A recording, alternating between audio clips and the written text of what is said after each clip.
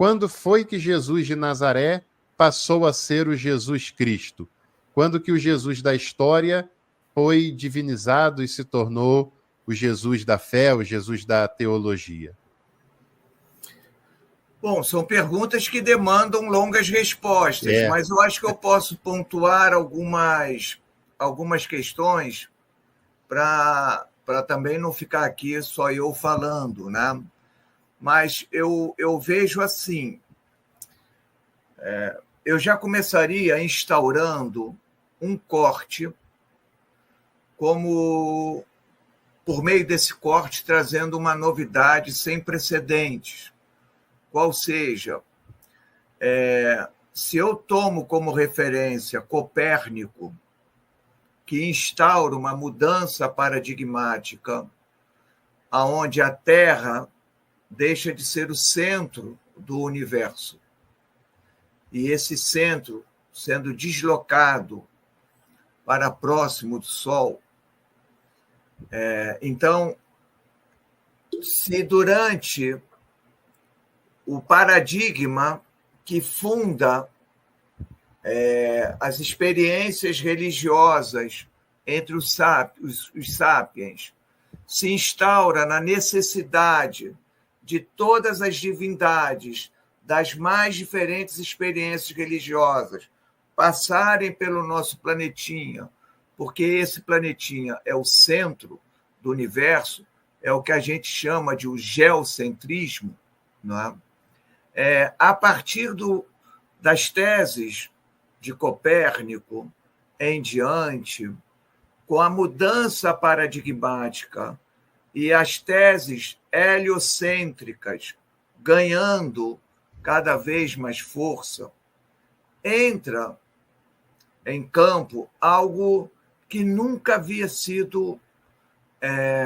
pensado, gestado, que é a chamada teoria do conhecimento. Isso é, né? Tudo que existe só existe na possibilidade de ser demonstrado, provado. Então, céu existe?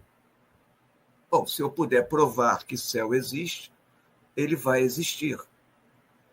Se eu puder provar que o inferno existe, ele vai existir.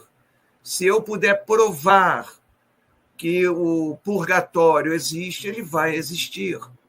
Então, começa, não é, o princípio da razão determinando e quase instaurando um corte que antes não havia entre o mundo físico e o mundo metafísico. Então, no período de Jesus, por exemplo, o mundo físico e o mundo metafísico era algo sem qualquer ruptura, né? Tanto que lá no batismo de Jesus, o céu se abriu, ouviu-se uma voz: este é meu filho bem-amado, a quem me comprazo.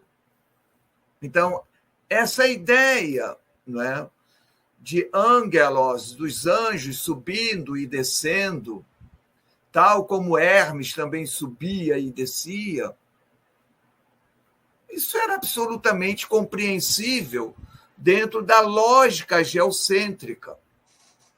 Mas, a partir do final, ali meados séculos XVI, XVII em diante, a coisa mudou. Então, atentar também para isso. As lentes que nós usamos para ler os textos produzidos nos séculos I, II, III, IV, V, etc. São lentes marcadamente centradas na razão. Por maior que possam ser as nossas experiências de fé, a fé é mediatizada pela razão. Uhum. Então, esse é um princípio, né, que a gente precisa logo colocar. Quer dizer, eu tenho fé que Jesus vai me curar, mas o médico me passou um remédio e eu vou lá comprar também. Quer dizer, essas coisas não estavam previstas lá naqueles escritos. Então, você tem, não é, um Jesus taumaturgo, um Jesus que opera ações miraculosas, que opera sinais, que cura coxos, que cura pessoas surdo-mudas, que ressuscita indivíduos. Essas eram experiências absolutamente corriqueiras para homens divinos, pessoas que eram reconhecidas com esses poderes. Tem o caso de Apolônio de Tiana, né? Tem o caso de Simão, o mago, tem o caso de um Asclépio. Então, filhos de deuses estão cheios.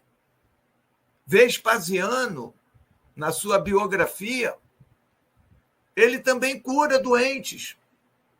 Cura. Então, isso era absolutamente normal dentro daquele mundo. Mas veja, quando a gente começa a contar essas coisas, que Jesus andou pelas águas e as pessoas sobre as águas e as pessoas creram nisso, essas pessoas não eram idiotas. Mas o mundo em que elas estavam inseridas, essas coisas poderiam ser mesmo realizadas por pessoas diferentes, por pessoas especiais, que comungavam do divino. Então, isso se perdeu no nosso mundo, no nosso tempo. Pô, eu creio em Jesus, mas vamos combinar, né, cara? Uma pessoa andar sobre as águas, pô, eu acho que a física não explica bem isso. Então, esses parâmetros, né, entre nós hoje, lendo textos cujas bases paradigmáticas são outras, podem causar muitas estranhezas, mesmo as pessoas tendo fé, né? Mas a experiência de fé que é vivida hoje, ela é radicalmente diferente da experiência de fé de um mundo onde não se tinha que provar, por meio de notas de rodapé, né, que Jesus era alguém poderoso. Era alguém poderoso. Nem se perdia tempo explicando que Asclépio também era um médico extremamente poderoso. Então, dito essas coisas, a gente entra num segundo ponto. O Jesus de Nazaré tinha consciência, ele se via como, não é, Deus, o Filho de Deus? Não. Então, o espetacular é ler esse judeu camponês de nascimento, vida e morte, né, se deparando com um mundo que ele entende absolutamente injusto. E como um homem repleto de Deus, mas ele estava longe de ser Deus, por comungar de uma intimidade com a divindade judaica, a quem ele carinhosamente se referia como Abá, não é? Pai ou paizinho, não é? Ele, não é, planeja, pensa e concretiza, em termos do seu ministério, a ação de um reino de Deus. Ele instaura um reino de Deus. Veja, ele não instaurou a democracia de Deus, porque o tempo de Jesus não é o tempo das democracias antigas gregas, é o tempo, né, das realezas, dos impérios.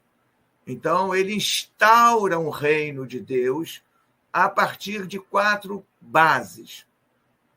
Um reino de justiça, onde o parâmetro da justiça é dado por Deus, em oposição à injustiça de César. Um reino de paz, paz para trabalhar, para viver, em oposição ao reino de guerra de César.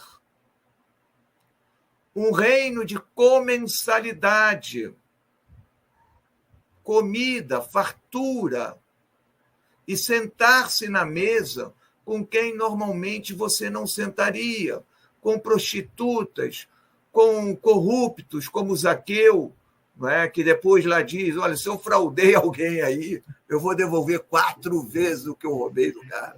Então, não é? A comensalidade, olhem as casas do século I que a arqueologia trouxe de Cafarnaum. São casas geminadas, de uma pequena sala, um quarto e um pátio comum. 3, 4 casas geminadas e um único pátio, com um único fogão. 4 famílias sendo abrigadas, convivendo num único, não é, pátio, com um único fogão. Então, o peixe que os pescadores traziam de Cafarnaum, não é, era compartilhado, só tinha um fogão, pô, não é? Uhum. Então, o reino de Deus da comensalidade em oposição ao reino da carestia de César, da exploração violenta do mundo camponês.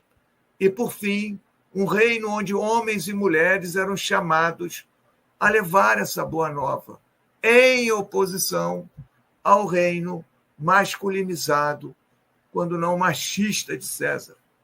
Então, é esse o projeto do Nazareno, é isso que o fez parar na cruz.